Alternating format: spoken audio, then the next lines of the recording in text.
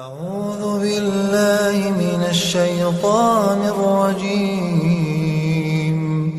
بسم الله الرحمن الرحيم. الحمد لله وكفى والسلام على عباده الذين اصطفى اما بعد۔ امام بخاری رحمۃ اللہ علیہ نے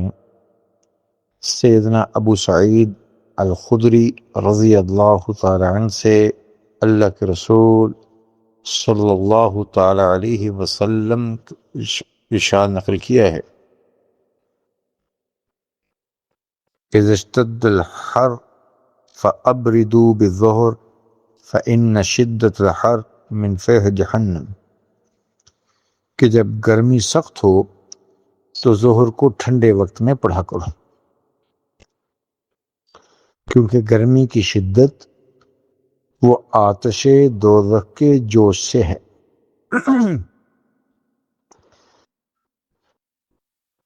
اور اسی طرح امام نسائی نے سیدنا انس بن مالک رضی اللہ تعالی عنہ سے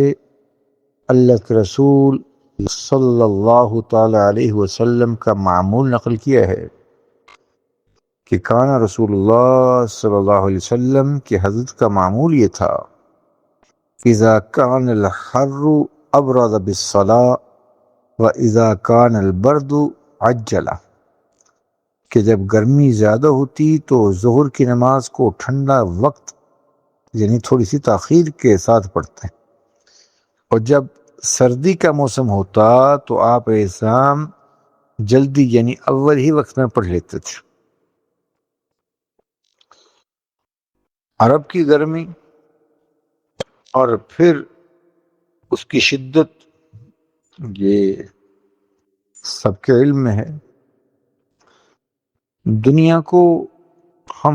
حسی دنیا کہتے ہیں، اور یہاں پر اپنے محسوسات کے ذریعے سے چیزوں کو بیان کرتے ہیں، اور چونکہ حس کا تعلق ظاہری سبب سے ہے جنہیں ہم خود جانتے ہیں سمجھتے ہیں، اور کچھ چیزیں ایسی ہوتی ہیں جس کے باطنی اسباب وہ کرتے ہیں، جو ہمارے ظاہری اسباب اور حساس اور ادراک سے اور ہمارے ذاتی احساس سے ماورا ہوتی ہیں۔ انبیاء علیہم السلام کے تعلیمات چونکہ وحی پر مبنی ہوتی ہیں، اور وحی اللہ کے علم کا نام ہے، چنانچہ انبیاء علیہم السلام ان چیزوں کی طرف بھی کبھی کبھی اشارہ کرتے ہیں جن کو ہم اپنی محض عقل سے اور عالم محسوسات میں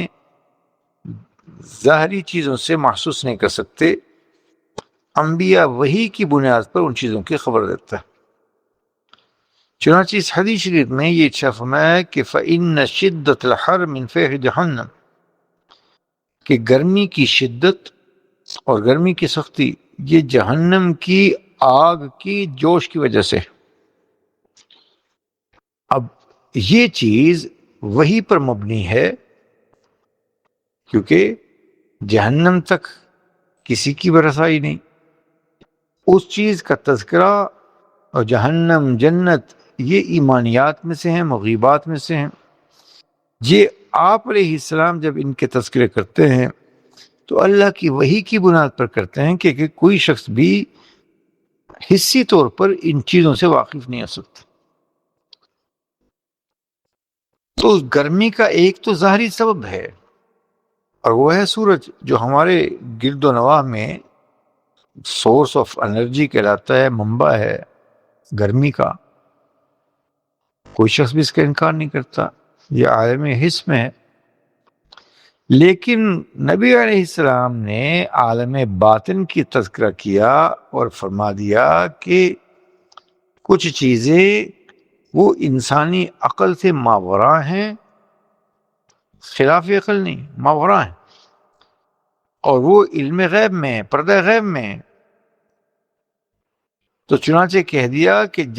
جو گرمی کی شدت کا ایک تعلق جہنم کی آگ سے بھی ہے۔ اب یہ وہ حقیقت ہے جو انبیاء علیہ السلام ہی بیان کرتے ہیں اور انہی کی تعلیمات تھی جو وحی کے ذریعے سے معلوم ہو سکتے، اور ہر بات اور ان باتوں کا کا خلاصہ اور لب لباب یہ ہے کہ ہر راحت اور ہر لذت کا مرکز اور اس کا سرچشمہ وہ جنت ہے۔ اللہ کے مہمانداری کی جگہ، ایمان والوں کے لیے کرامت اور عزت کی جگہ جنت، اور ہر تکلیف اور ہر پریشانی کی بنیاد اور اس کی اصل اور اس کا اصل سبب اور سرچشمہ جہنم ہے۔ گویا کہ دنیا میں جتنے بھی راحت کے لذت کے سامان ہیں وہ جنت ہی کی نسبت سے ہے،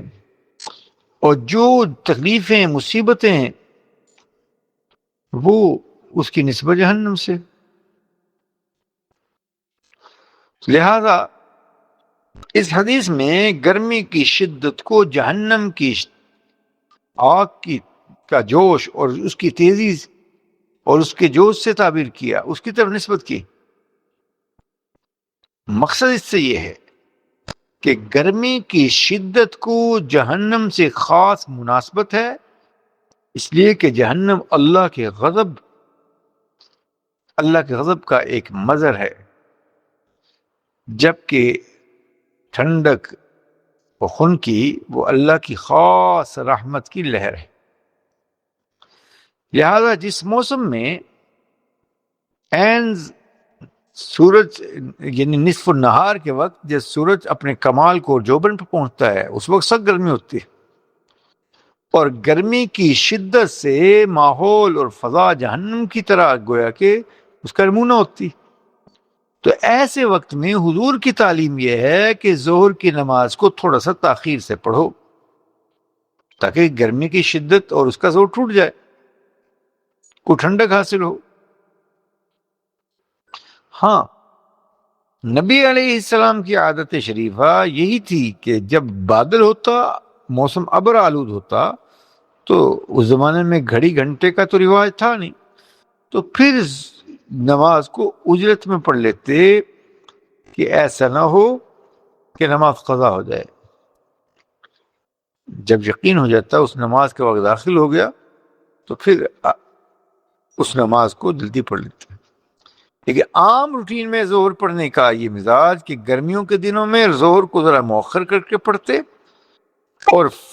جو ہے سردیوں کے دنوں میں ظہر کو ذرا جلدی پڑھتے جبکہ بادل